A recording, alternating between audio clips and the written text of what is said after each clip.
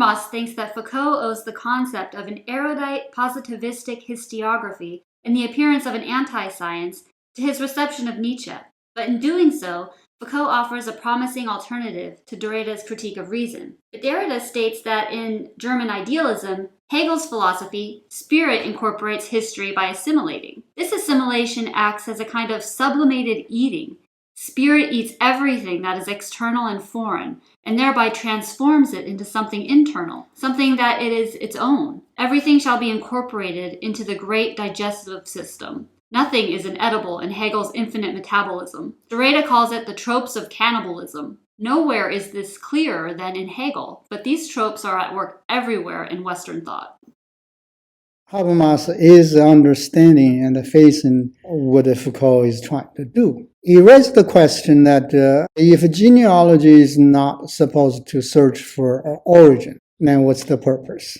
Which exactly is not what Foucault wants to do. Because Foucault, to begin with, he questioned the origin. You can tell Habermas is taking a Hegelian view on everything. Whether he admits that or not, doesn't matter. He's a typical Hegelian. Time is linear and progressive. That leads to modernity. Modernity is the best thing has ever happened to us. We have problems with the modernity, but modernity itself is a good thing. If we hold on to this view, then we're going to have a really hard time to look at the things other ways. Habermas represents, let's say, 90% of people in the modern world, because we can't afford to question modernity. If we question modernity, we're questioning ourselves. And if we question ourselves, then we're questioning our own identity, begin to question each individual's existence. What's the meaning of my life? The whole thing collapses. But for people like Foucault, Derrida, or the brilliant guys, that's what they're trying to get to there. Maybe we're all wrong. Something is not right.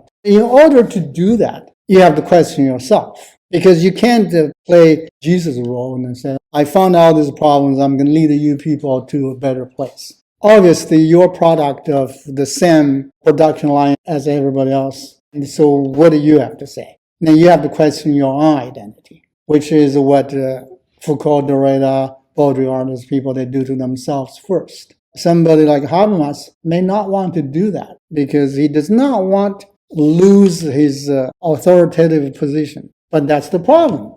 In this kind of discourse, as long as you hold on to an authoritative position, then you're already lost because you already identify yourself as a Hegelian. If you're a Hegelian, then what's the point? Until you give up the Hegelian view, then you can have a sincere conversation.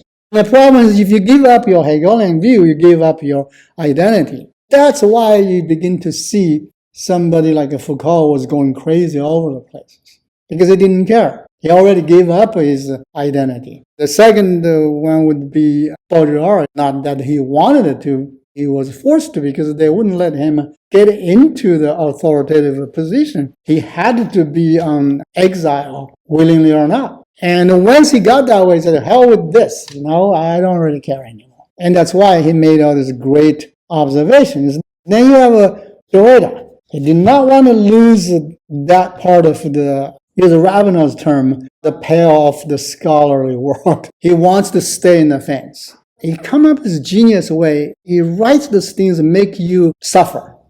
And you can't understand. And to a point, then he just stare at you smiling. Then you're going to have to say, okay, man, whatever you say. That's his way. He got his way that far, but those guys want to fight him and didn't have the guts, really had a hard time. And that's why when Cambridge trying to offer Derrida honorary PhD, there were a lot of elite professors who were really upset. Now we have another issue is that on one side, people are very silent. No one talks about the Derrida anymore. But then you have a bunch of charlatans, opportunists, use Derrida as a weapon to get what they want. And you have somebody like Habermas, the typical German technocrat. It's not that he doesn't understand. He understands everything. That's why it's worth for us to read these things, because he really does understand. But he's really tricky that he guides you to a different place. That's what you have to be careful. Habermas made it very clear, Foucault does not believe anything. Particularly, he does not believe anything since Hegel. If you read that backwards, you would say, okay, Habermas believes everything since Hegel. And then we come to the issue here, which way we believe. I mean, that's what it comes down to. So it's not about the truth. There's only one truth that we follow.